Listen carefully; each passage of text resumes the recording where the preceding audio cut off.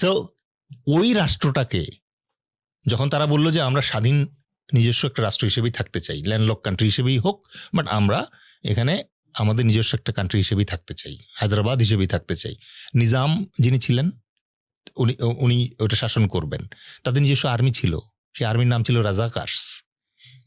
না, রাজাকার তো দ্য ওয়ার্ড মিনস রাজাকার ইজ সাপোর্টার অর সামথিং, ওদের আর্মির নাম ছিল রাজাকার।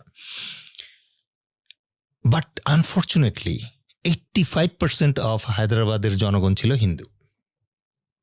ইন্ডিয়া কি করলো? হিন্দুদেরকে তাতায় দিল, বলছো তোমরা আমাদের সাথে জয়েন করো, হিন্দু স্টেট।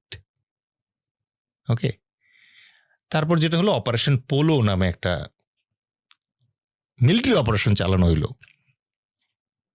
এটা জেনারেল বাঙালি general Chowdhury, major general Chowdhury then, he was the